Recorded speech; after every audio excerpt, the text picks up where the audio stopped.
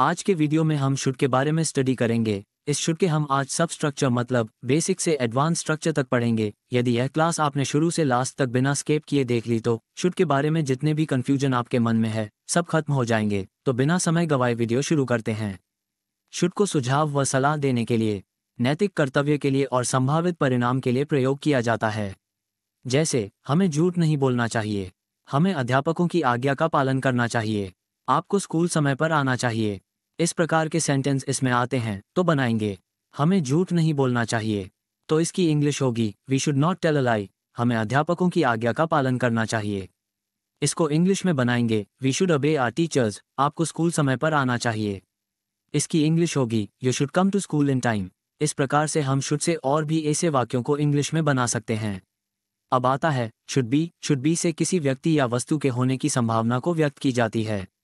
जैसे यह एक बुक होनी चाहिए, वो मोहन होना चाहिए, आपको ईमानदार होना चाहिए। इस प्रकार के वाक्य को हम शुड बी से बनाएंगे।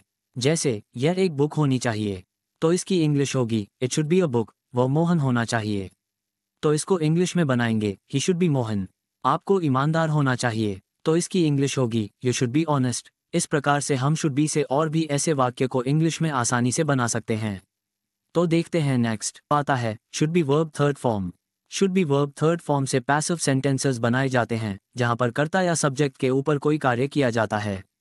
जैसे उसे पिटा जाना चाहिए, पूनम को खाना खिलाना चाहिए, ये पत्र पोस्ट किया जाना चाहिए या इन पत्रों को पोस्ट करना चाहिए। इन सभी वाक्य में सब्जेक्ट कोई कार्य नहीं कर रहा है बल्कि यहाँ पर सब्जेक्ट के ऊपर कार्य किया जा रहा है।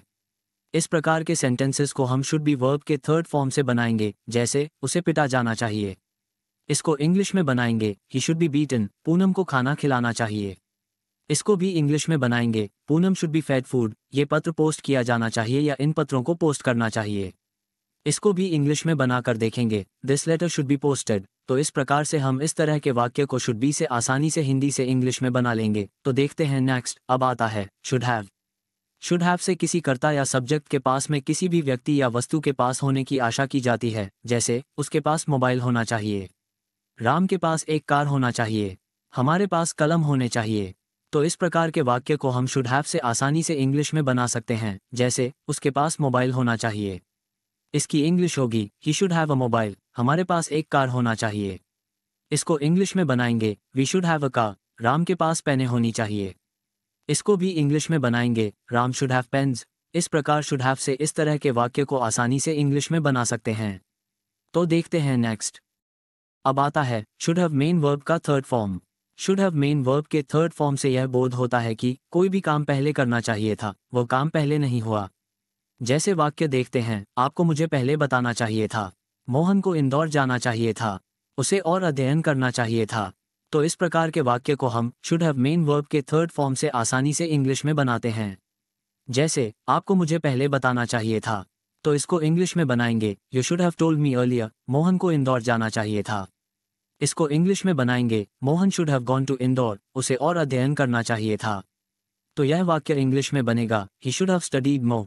इस प्रकार हम कोई काम करना चाहिए था के अर्थ में शुड हैव मेन वर्ब के थर्ड फॉर्म से और भी ऐसे वाक्यों की इंग्लिश आसानी से बना सकते हैं। अब आता है should have had. Should have had से सब्जेक्ट या कर्ता के पास कोई व्यक्ति या वस्तु होना चाहिए थी या था का बोध होता है। जैसे उसके पास मोबाइल होना चाहिए था, हमारे पास एक अच्छा घर होना चाहिए था, क्या मेरे पास एक कार होना चाहिए थी। तो इस प्रकार के वाक्य को हम शुड हैव हैड से आसानी से हिंदी से इंग्लिश में बनाएंगे। तो देखते हैं सेंटेंस उसके पास मोबाइल होना चाहिए था तो इसकी इंग्लिश होगी ही should have had a mobile. हमारे पास एक अच्छा घर होना चाहिए था तो इसको इंग्लिश में बनाएंगे we should have had a good house. क्या मेरे पास कार होनी चाहिए थी। यह इंटरोगेटिव सेंटेंस है तो इसको भी इंग्लिश में आसानी से बनाएंगे should I have had a car. इस प्रकार हम कोई भी व्यक्ति या वस्तु पास होना चाहिए था के अर्थ में शुड हैव हैड का प्रयोग कर इस तरह के और भी वाक्यों को इंग्लिश में बना सकते हैं। तो देखते नेक्स्ट अब आता है should have been. Should have been से यह बोध होता है कि सब्जेक्ट या कर्ता को कोई व्यक्ति रहा होना चाहिए था। जैसे उसे डॉक्टर रहा होना चाहिए था, पूनम को पुलिस रहा होना चाहिए था, यहाँ कार रही होनी चाहिए था। इन सभी वाक्यों में सब्जेक्ट या कर्ता को कोई व्यक्ति रहा होना चाहिए था का बोध होता है। तो देखते हैं सेंटेंस उसे डॉक्टर रहा होना चाहिए था तो इंग्लिश में बनाएंगे he should have been a doctor. Poonam को पुलिस रहा होना चाहिए था तो इंग्लिश में बनाएंगे Poonam should have been a police officer, यहाँ कार रही होनी चाहिए थी। तो इसको इंग्लिश में बनाएंगे there should have been a car here. इस प्रकार से हम रहा होना चाहिए था के अर्थ में शुड हैव बीन का प्रयोग कर और भी वाक्य की इंग्लिश बना सकते हैं। तो देखते हैं नेक्स्ट। अब आता है शुड हैव बीन वर्ब का third form. Should have been verb के थर्ड फॉर्म से यह मालूम पड़ता है कि ये पैसिव वॉइस का स्ट्रक्चर है, जहां पर सब्जेक्ट या कर्ता के ऊपर कोई काम किया जाना चाहिए था। यहाँ पर यह बात ध्यान रखेंगे कि सब्जेक्ट या कर्ता कोई काम नहीं करता है, बल्कि सब्जेक्ट या कर्ता के ऊपर कोई काम किया जाता है। जैसे उसे बताना जाना चाहिए था, पूनम का ख्याल रखा जाना चाहिए था, कार को अंदर रखा जाना चाहिए था, चोर को पिटा जाना चाहिए था। इन सभी वाक्यों से यह बोध होता है कि सब्जेक्ट या कर्ता के ऊपर कोई काम किया जाना चाहिए था। तो देखते हैं वाक्य उसे बताया जाना चाहिए था। तो इसको इंग्लिश में बनाएंगे he should hold have been informed, Poonam का ख्याल रखा जाना चाहिए था। इसको भी इंग्लिश में बनाते हैं Poonam should have been taken care of, car को अंदर रखा जाना चाहिए था। इसको भी इंग्लिश में बनाएंगे the car should have been kept inside, चोर को पिटा जाना चाहिए था। इसको इंग्लिश में देखेंगे the thief should have been beaten. तो इस प्रकार से हम सब्जेक्ट या कर्ता के ऊपर कोई काम किया जाना चाहिए था के अर्थ में should have been main verb के थर्ड फॉर्म का प्रयोग कर ऐसे ही और वाक्य की इंग्लिश आसानी से बना सकते हैं। यदि एक क्लास आपको अच्छी लगी हो तो प्लीज़ सब्सक्राइब माय चैनल और कमेंट।